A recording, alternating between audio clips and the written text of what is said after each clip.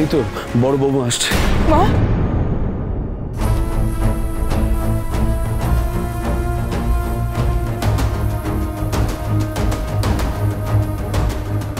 আজকের দিনটা ওনাকে আমরা অবজারভেশনে রাখবো। ওনার হাজব্যান্ডের সঙ্গে আমার কথা হয়েছে, সব কথা বলা হয়ে গেছে। পরে আরেকবার চেক আপে ওনাকে আসতে হবে। কালকে সকালে ওনাকে আমরা ডিসচার্জ করে দেবো।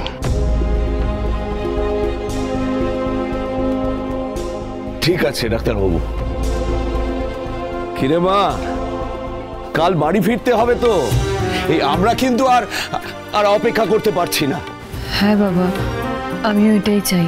ঠিক আছে, আজকের দিনটুকু লক্ষ্মী হয়ে থাকো, কাল সকালেই তুমি বাড়ি যাবে।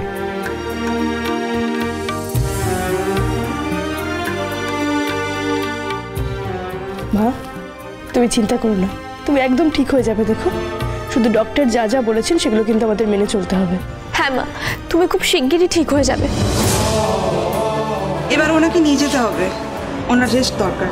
নিশ্চয়ই।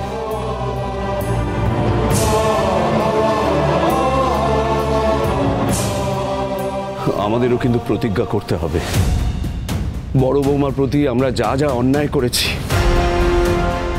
আমরা তার প্রায়শ্চিত্ত করব।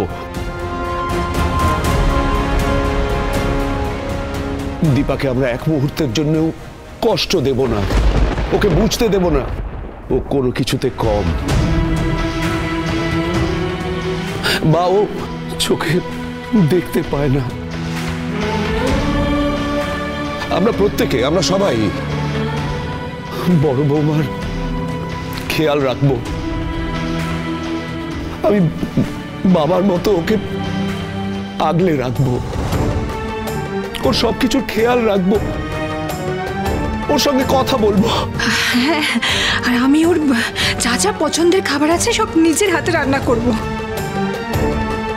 আমি দিদির মতো করে সংসারের খেয়াল রাখবো, তাহলে দিদি খুশি হবে। আর আমি মায়ের পছন্দের ফুল দিয়ে সারা ঘর সাজিয়ে রাখবো, গন্ধে মায়ের মন ভালো হয়ে যাবে। আর আমি মাকে বই পড়ে শোনাবো। হ্যাঁ দিদি ভাই, তুই তাই করিস, তাই করিস। আর আমি মায়ের ছায়া সঙ্গী হয়ে থাকবো, মাকে কোনো কষ্ট পেতে দেব না। মায়ের কখন কোনটা প্রয়োজন সেটা মা বলার আগেই বুঝে নেওয়ার চেষ্টা করব। আমি বড় মাকে নিয়ে বাগানে হেঁটে বেড়াবো, মজার মজার গল্পও শোনাবো। আর আমি সকলকে আগলে রাখবো, এতে মা ভালো থাকবে। বড় বৌমাকে আমরা ভেঙে পড়তে দেব না, ও ভাঙলে আমাদের পরিবারটাই ভেঙে যাবে। ও আমাদের জন্য যা যা করেছে তা তো আর ফেরত দিতে পারবো না, তাই আমরা ওকে আগলে রাখবো। আমরা সবাই মিলে বড় বৌমাকে আগলে রাখবো।